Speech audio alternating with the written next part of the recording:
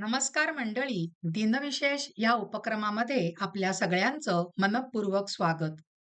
आज आहे श्रावणातला मंगळवार. मंगळागौर या व्रताची माहिती आपण आजच्या ह्या दिनविशेष भागामध्ये समजावून घेणार आहोत. मंडळी, प्रत्येक मुलीला लग्नामध्ये आईकडून अन्नपूर्णेची मूर्ती दिली जाते. त्या मूर्तीचे मंगळागौरीच्या वेळी पूजन केले जाते. म्हणजे देवघरामध्ये रोज ती अन्नपूर्णा आपल्या असतेच. रोजच्या देवपूजेबरोबर आपण तिची पूजा करतोच. पण मंगळागौरीच्या व्रताच्या निमित्ताने श्रावणातल्या प्रत्येक मंगळवारी मंगळागौरीच्या वेळेला या अन्नपूर्णा देवीचं पूजन केलं जातं. हा वसा आई मुलीला देते म्हणून पहिल्या वर्षी पहिला मंगळवार माहेरी मंगळागौरीचं पूजन व उत्सव करतात. पुढचे सर्व मंगळवार जे आहेत ते सासरी साजरे केले जातात.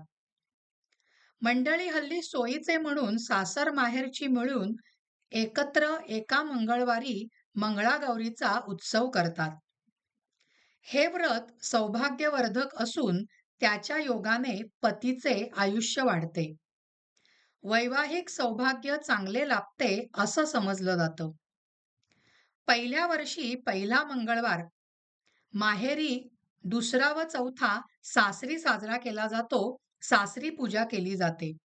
आणि ज्या वेळेला ती मुलगी उद्यापन करते या व्रताचं, त्यावेळेला तिसरा मंगळवार, श्रावणातला तिसरा मंगळवार धरला तरी चालतो. श्रोते हो, मंगळागौर पूजा असे जरी या व्रताला म्हटलं असलं तरी ती उमा महेश्वराची पूजा आहे बरं का. अशी पूजा करणाऱ्या मुलीला वशेळी म्हटलं जातं. हे व्रत नवविवाहिता 5 वर्ष करतात. पूजेसाठी चौरंग मांडला जातो. त्याखाली रांगोळी काढली जाते. चौरंगाच्या चारीही बाजूला कर्दळीचे खुंट बांधले जातात. चौरंगावर तांदूळ किंवा गहू पसरले जातात. त्यावर कणकेची लेणा वस्त्रे ठेवतात. म्हणजे पहिल्यांदा पाटा वरवंटा ठेवून त्यावर देवीची स्थापना केली जाते. बाजूला दुधाचा डेरा आणि त्यावर झाकण ठेवतात. देवीला कणकेचेच दागिने म्हणजे मंगळसूत्र, बांगड्या, वेणी, फणी करतात व ती देवीला वाहतात. देवीला कापसाची सूतपुतळी सुद्धा वाहिली जाते. श्रोते हो, या व्रतामध्ये 16 या संख्येला फार महत्व आहे बरं का. या व्रतासाठी पत्री गोळा करताना बेल, मोगरा, माका, धोत्रा, बोर, दुर्वा, आघाडा, कण्हेर, जाई, डाळिंब, शमी, तुळस, रुई, बकुळ व अशोक इत्यादी वृक्षांची पानं निवडली जातात. तसेच श्रावण महिन्यात अनेक प्रकारची फुलं सुद्धा उपलब्ध असतात, म्हणून पूजेमध्ये त्यांचं सुद्धा खूप महत्व आहे. पूजेत तांदुळाचे अखंड 16 दाणे, मुगाच्या डाळीचे 16 दाणे यांचाही समावेश केला जातो. कणकीचे दिवे व भंडारे म्हणजे कणकीचे चपटे गोळे व त्याला 5 टोके काढलेली असतात. ते वाहून आरती केली जाते. शक्यतोवरती 16 मुलींनी एकत्र येऊन ही पूजा करायची असते.